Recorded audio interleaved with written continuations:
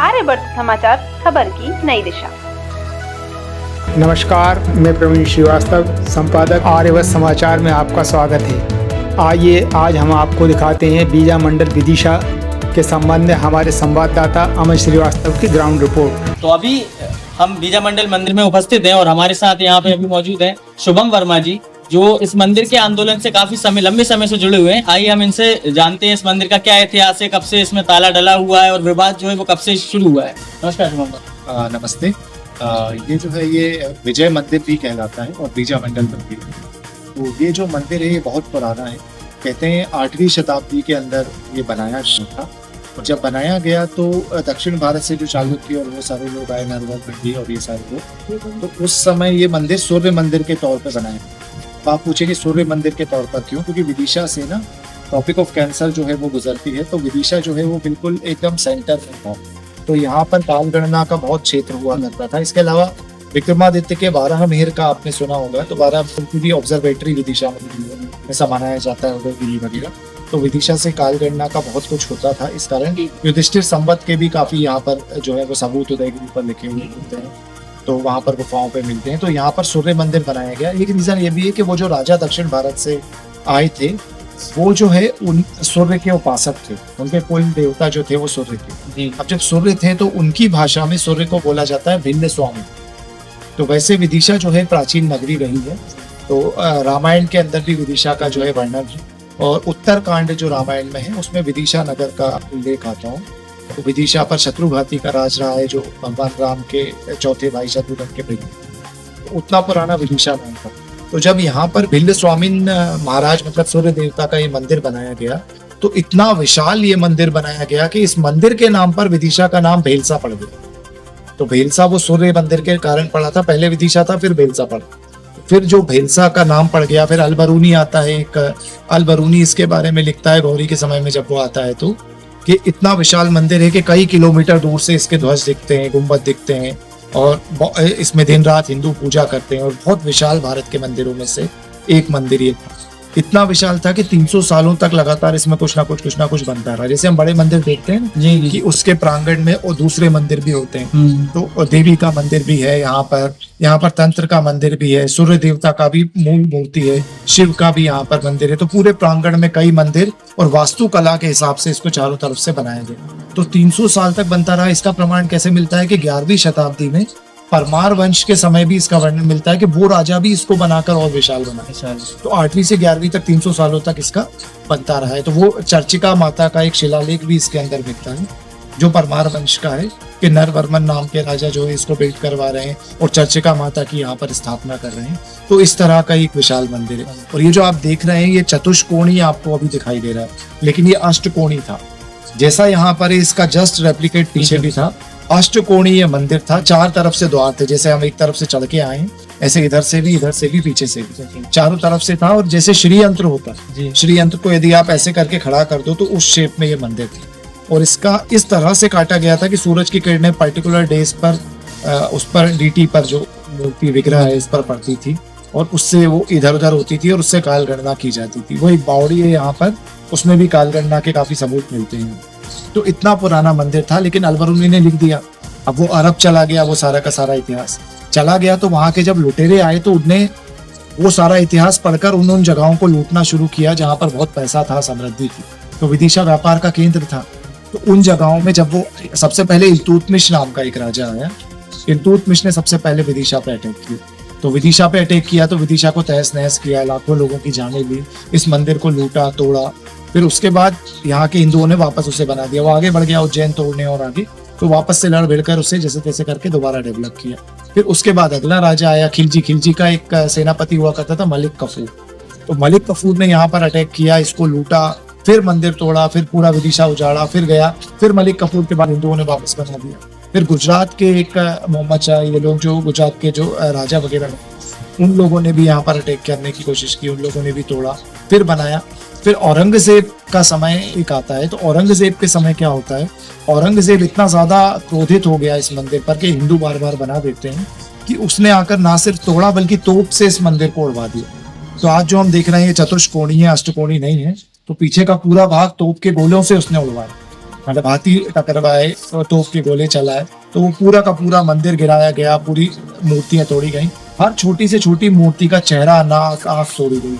कि मतलब हिंदुओं में एक चीज होती है कि खंडित मूर्तियों की हिंदू पूजा नहीं करते, तो वो इतनी नफरत हिंदुओं से करता था कि उसने सारा का सारा वो मंदिर तहस नहस करके ध्वस्त कर दिया। उस समय इसने विदिशा का नाम भी आलमगीरपुर रख दिया हिंसा छोड़कर।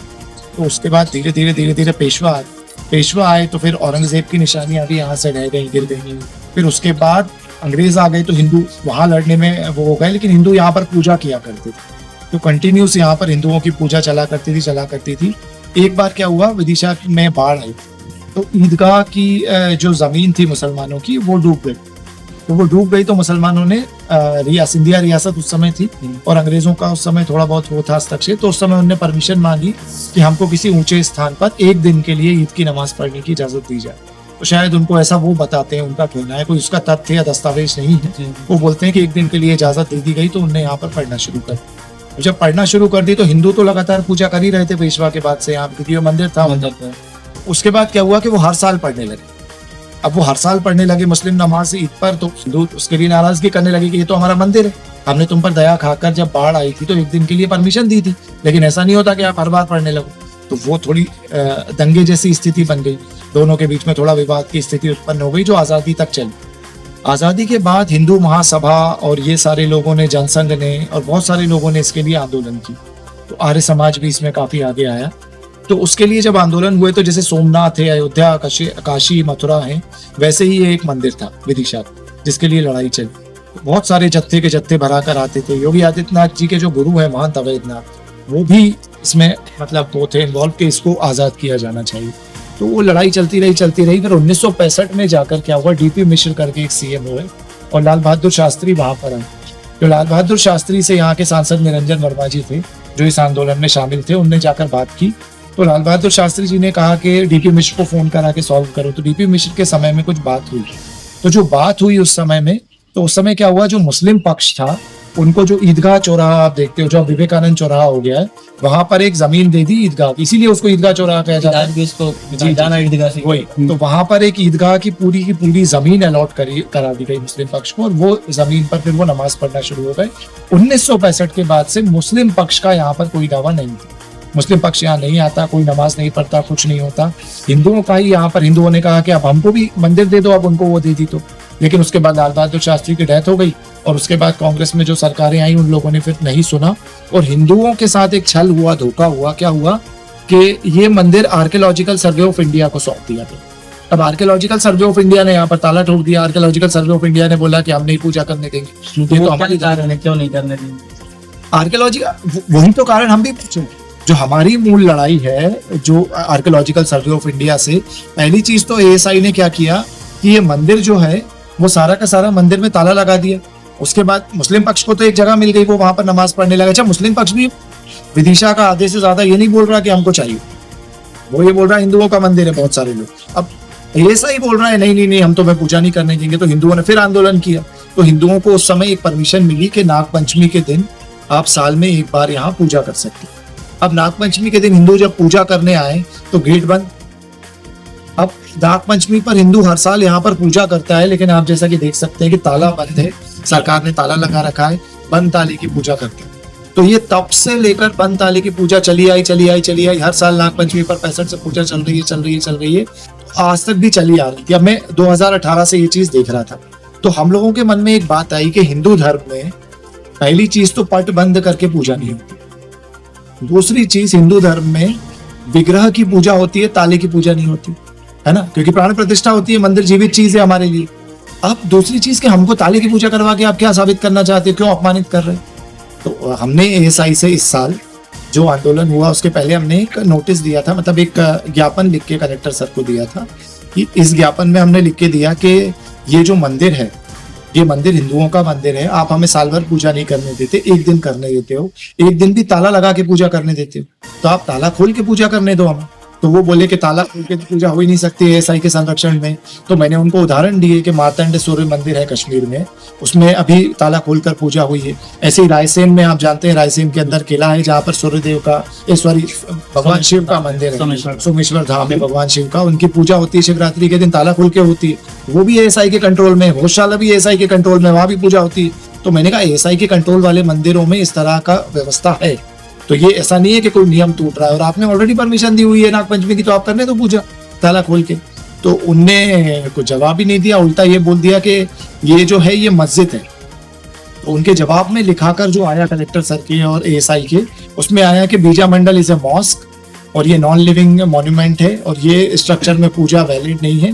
यहाँ पर अगर आप पूजा करोगे तो आपके ऊपर 2 लाख 3 लाख का जुर्माना और 2 साल की सजा, ऐसा कुछ उन्होंने लेटर में लिख के दे दिया।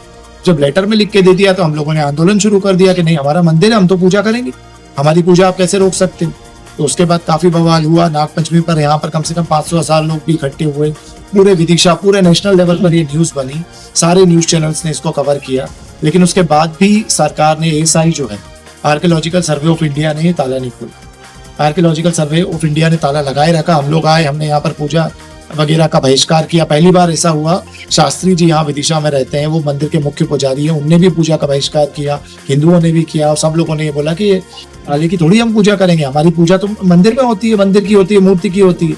लेकिन एएसआई ने नहीं माना।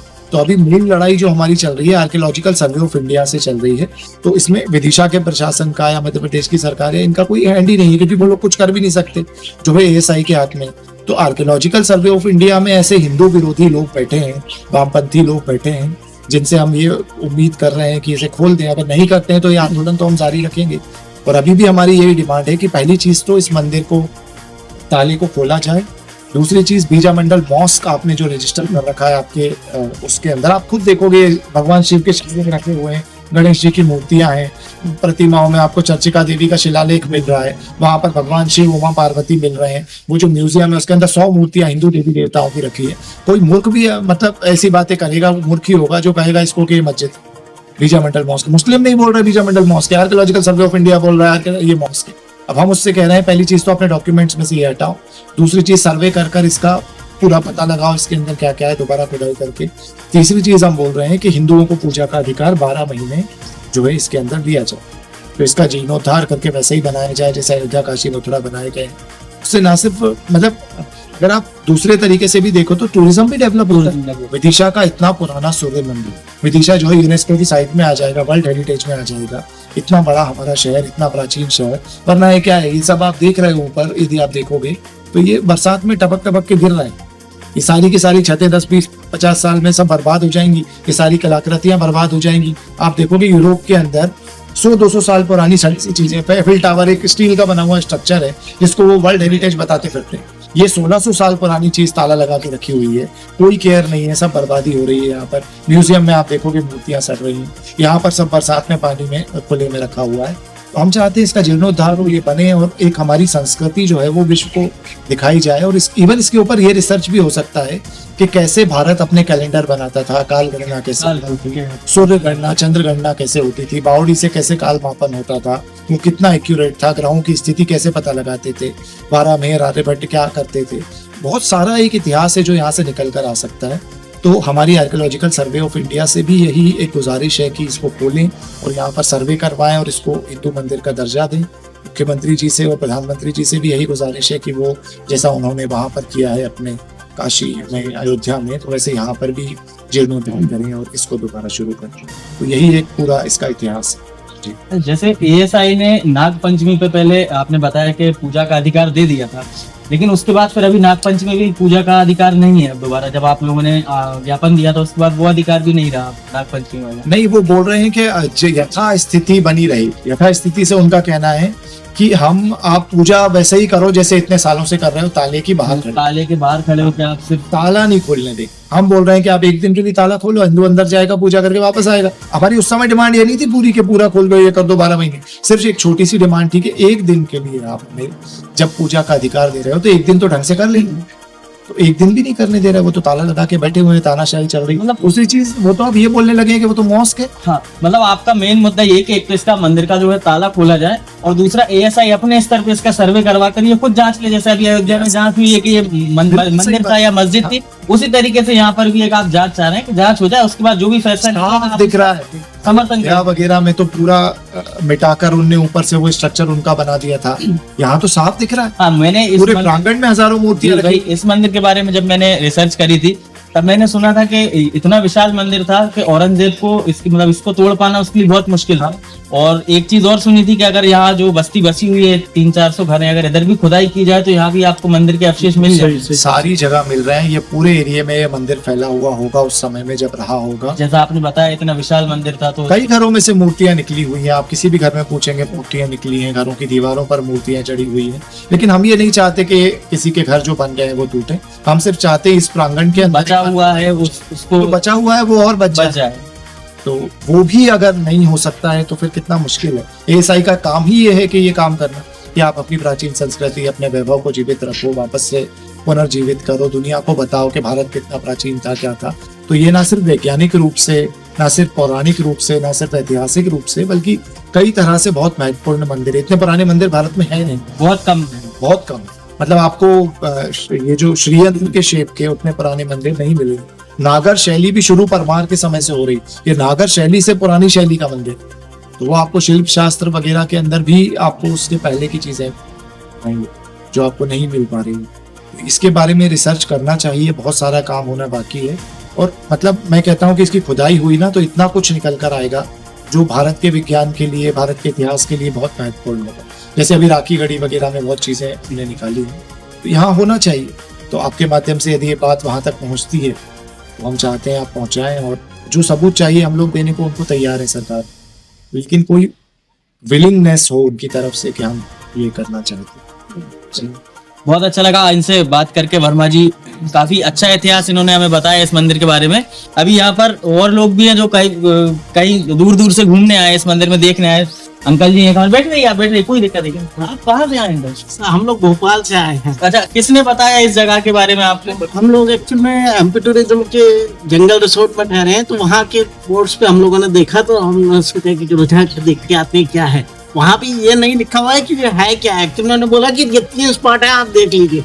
तो फिर हम लोगों ने डिसाइड किया कि क्या करें, क्या देखें स्पॉट पे। अच्छा, जैसा अभी अंकल जी यहाँ पे मौजूद है, क्या शुभ नाम लिखते हैं अंकल आप? मैं श्रीनिवास पोधनकर हूँ जी। अब जैसे श्रीनिवास अंकल हमारे साथ अभी यहाँ पे उपस्थित हैं, अब हम इन्हीं से पूछ लेते हैं, आपको इस मंदिर को देख के क्या लग रहा है? ये मंदिर हो सकता है या मस्जिद हो सकता है? अगर अंधा होता तो भी मुझे मालूम पड़ जाता है कि ये मंदिर है। तो जैसा अंकल जी ने बताया कि इस मंदिर को देखते ही समझ आता है कि ये मंदिर है। इस पूरी बिल्डिंग को, इस पूरी संरचना को देख के ही समझ आता है कि ये मंदिर है। लेकिन एएसआई क्यों अभी तक इसको एक मस्जिद का दर्जा दिए हुए है? यही वर्मा जी चाहते हैं, यहाँ की विदिशा की लोकल पब्लिक चाहती है, इवन जो मुस्लिम पक्ष है वो भी यही चाहता है कि आप सर्वे करवा लीजिए यहाँ का, उसके बाद जो भी फैसला आएगा, जो भी निकलता है वो दोनों पक्षों को मंजूर होगा। मनोज कौशल जी यहाँ पर मौजूद हैं, जो सफल शिक्षा सेवा समिति से जुड़े हुए हैं और शिक्षा के क्षेत्र में कई वर्षों से निरंतर कार्य किए जा रहे हैं। उनसे भी इस मंदिर के बारे में कुछ बातें जानते हैं। मनोज कौशल, हमारा यहाँ पे एक सफल शिक्षा सेवा समिति के नाम से बच्चों के लिए काम कर रहे हैं। और ये हमारा, जैसे आप देख रहे होंगे, ये हमारा विजय मंदिर है, विजय मंडल मंदिर है, और कई तरह के चर्चिका देवी मंदिर है। इस तरह से कई नाम इस मंदिर के रहे हैं। और मंदिर के इतिहास तो अभी जैसे आपको सारा बताया जा चुका है।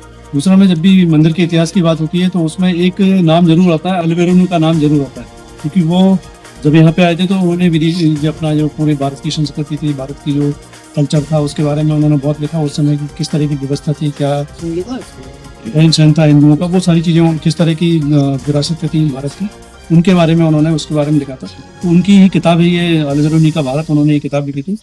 उस किताब का पेज नंबर 138 है, जिसमें वो विदिशा के बारे में लिखते हैं कि यहाँ से फर्रुखाबाद, फर्रुख वेलसा, जो कि हिंदुओं का एक परम प्रसिद्ध स्थान है, इस स्थान का नाम और देव मूर्ति का नाम एक ही है। मतलब जो वेलसा नाम आया है वो भिल्ल स्वामिनी मंदिर की वजह से इस शहर का नाम वेलसा पड़ा था। तो जो वेलसा जो नाम था, तो ये इसमें इन्होंने लिखा हुआ है देव मूर्ति का नाम और शहर का नाम एक ही था।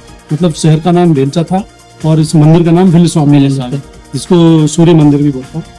तो ये मंदिर था और इसका इतिहास तो फिर अभी आपको जैसे बताया जा चुका है। क्योंकि हम विदिशा में देखें तो हम ये चाहते हैं कि जो विदिशा का जो स्थानीय जो राजस्व विभाग है उसमें तो इसको मंदिर लिखा हुआ है, लेकिन जो एएसआई का जो रिकॉर्ड है उसमें इसको बीजा मंडल मंदिर या मॉस्क लिखा हुआ है। तो विदिशा के शहर के लोगों की और हम सबके लोगों की ये इच्छा है कि इसको मंदिर ही लिखा जाए। और मंदिर जो मंदिर है तो इसको जैसे आप सब देख रहे होंगे, यहाँ पे मूर्तियाँ हैं, पूरी हिंदू धर्म से संबंधित सारी मूर्तियाँ हैं और पूरा एक एक स्ट्रक्चर इसकी बताती है कि ये मंदिर है। तो एएसआई से हमारी डिमांड यही थी कि इसको मंदिर घोषित किया जाए और पूजा का अधिकार, हिंदुओं का जो अधिकार है वो पूजा का अधिकार भी इनको मिलना चाहिए हिंदुओं को। एक चीज़ और बार बार आती है कि वो एएसआई का ये कहना होता है कि साहब कि जो एएसआई के संरक्षण में जो विरासतें होती है, जो धरोहर होती है, उनमें पूजा नहीं हो सकती, उनमें किसी तरह के इस तरह के धार्मिक कर्मकांड नहीं हो सकते। तो अभी जैसे आप संभल का मुद्दा देख रहे होंगे, संभल की जो मस्जिद है वो भी एक एएसआई की सुनिश्चित इमारत है, लेकिन वहाँ पे हर शुक्रवार को नमाज होती है। तो वो तो एएसआई के अंडर में भी होने के बाद भी वो मुस्लिम्स के कब्जे में है और वहाँ एएसआई बाहर से भी उसका देखभाल नहीं कर पाती और कुछ देख नहीं पा रही होगी, क्योंकि आप देख रहे होंगे इस मंदिर में यहाँ पे एएसआई का पूरा नियंत्रण है एक तरह से। तो वहाँ पे इस तरह का नहीं है। तो इस तरह से जब वहाँ पे संभल में ये हो सकता है कि पूजा का अधिकार उनको, पूजा की उनको नमाज पढ़ने की परमिशन मिल सकती है, तो यहाँ पे इस मंदिर में पूजा की मतलब एक पक्ष पे ही केवल पाबंदियां क्यों लगाई जाए? वही कहना है कि अगर पाबंदी है तो दोनों पक्षों पे लगाई जाए, एक पक्ष पे ही सिर्फ क्यों पाबंदी लगाई जाए? तो ये नियम सही नहीं है उनका, जो वो बोलते हैं कि ऐसा है, तो फिर वो संभल में वो नियम लागू क्यों नहीं होता?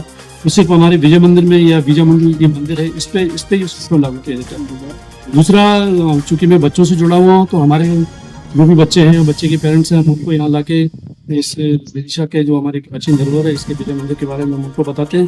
साथ में जो स्कूल है उनके बच्चों को भी यहाँ आते हैं बच्चे, तो उनको भी इसका इतिहास, जो वास्तविक इतिहास है, उसको हम बताने की कोशिश करते हैं।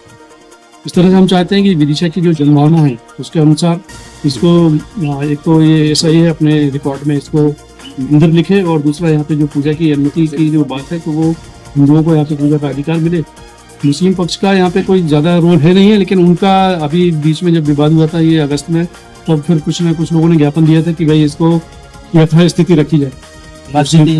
नहीं, मस्जिद नहीं, मतलब जैसी स्थिति ये टूटा फूटा पड़ा है, ताला लगा है, या इसको मस्जिद जो लिखा हुआ है, वो चाहते हैं कि ये वो ही लिखा रहे और जो स्थिति है वो रहे, वैसे ही रहना चाहिए। मतलब वो नहीं चाहते कि ताला खुले या इसमें कुछ बदलाव हो, ऐसा यथा स्थिति का मतलब उनका यही है कि जो स्थिति अभी है, ऐसे खंडर है और यह जो ताला लगा है, या हिंदू बाहर है, या इसमें मस्जिद लिखा हुआ है, तो ये वैसे ही होना चाहिए। जबकि हिंदू की डिमांड ये है कि जब आपको अलग जमीन दी जा चुकी है, तो हिंदू को तो कुछ भी नहीं मिला, उनको जो मिलना था उनको जमीन भी मिल गई अलग से, और हिंदू अपना ये मंदिर भी खो दिया, और वो जमीन भी सरकारी जमीन थी जो उनको दी गई, तो वो उनको जमीन मिल गई। तो इसमें थोड़ा सा शासन प्रशासन को ध्यान देना चाहिए कि इसको मंदिर डिक्लेयर हो, और जो विदिशा के लोग हैं और जो उनको पूजा का अधिकार मिले, ये हम सबको प्रयास है। एक बात और अभी मतलब हमें इसके बारे में जानकारी मिली है कि जो हमारा नया संसद भवन बना है दिल्ली में, उसकी जो डिजाइन है वो भी इसी मंदिर से प्रेरित है। बिल्कुल, तो आप जैसे अगर देखेंगे इसको पूरा आसपास जाके, तो बिल्कुल संसद का जो नया भवन बनाया हुआ है, तो इसका जो विजय मंदिर का स्ट्रक्चर है, वो पूरा दोनों का आकार एक साथ इसी बेस पे बनाया हुआ है। तो मतलब संसद भवन बनाने की डिजाइन देखने के लिए सरकार यहाँ नजर कर सकती है, लेकिन मंदिर है या मस्जिद ये पता लगाने के लिए सरकार, देखो जब इतने बड़ी आपने संसद भवन इसको आधार बना के बनाया है, तो इस पर इसका ये भी इतिहास को भी देखें, और इसके जो मूल जो इसका नाम है और मूल स्ट्रक्चर था, वो उसको वापस होना चाहिए, उस पर काम करना चाहिए, सरकारों को ध्यान देना चाहिए, और खासतौर से स्थानीय जो शासन प्रशासन है वो इस बात को आगे तक पहुंचाए कि भाई ये मंदिर है तो इसको मंदिर घोषित हो, इसमें इस तरह के ताले लगा के रखने से क्या मतलब। मतलब आपका मानना, सिर्फ कहना सिर्फ यही है, आपकी अपील सिर्फ यही है कि इस मंदिर का सर्वे किया जाए एएसआई द्वारा, और जो भी निकलता है, चाहे अगर उनके सर्वे में अगर मस्जिद निकलती है तो आपको उससे भी कोई परेशानी नहीं, आप इसको मस्जिद घोषित कर सकते हैं, और अगर मंदिर निकलता है तो इसको मंदिर यथा पूर्वक मंदिर घोषित किया जाए। वो तो ये बहुत सारी स्ट्रक्चर, अभी जब बाढ़ आई थी तभी ये बहुत सारी स्ट्रक्चर जो आप देख रहे हैं, ये हिंदू वाली जो स्ट्रक्चर है, मंदिर है, मूर्ति जो देख रहे हैं, वो सब दबा दी गई थी पहले, जब मस्जिद जब बनाई गई तो इसको सबको दबा दिए गए। ये स्ट्रक्चर निकली है बाढ़ के समय, जब बाढ़ यहाँ पानी आ गया उस समय, फिर ये सारी स्ट्रक्चर भरभरा के ये गिरा, तब फिर ये हिंदू स्ट्रक्चर निकली है बाहर। तो ये पूरा मंदिर है, आप एक एक चीज को देख ले, एक कोई सा भी पत्थर आप उठा लें, उसमें आपको पूरा हिंदू जो रीति रिवाज जो मंदिर बनते हैं, हिंदुओं के जो संस्कृति जो होती है, उस तरह से बनावट जो होती है, वो पूरी की पूरी उसी तरह की है। बहुत अच्छा लगा मनोज जी आपसे बात करके। धन्यवाद, आप आए और बहुत बढ़िया आप इसको आगे तक लेके गए, और का सहयोग इसमें रहेगा तो उम्मीद है कि मंदिर घोषित होगा और सब लोग पूजा कर पाएंगे। जी जी। इसी तरह की जानकारी के लिए जुड़े रहिए आर्यवत समाचार से। धन्यवाद।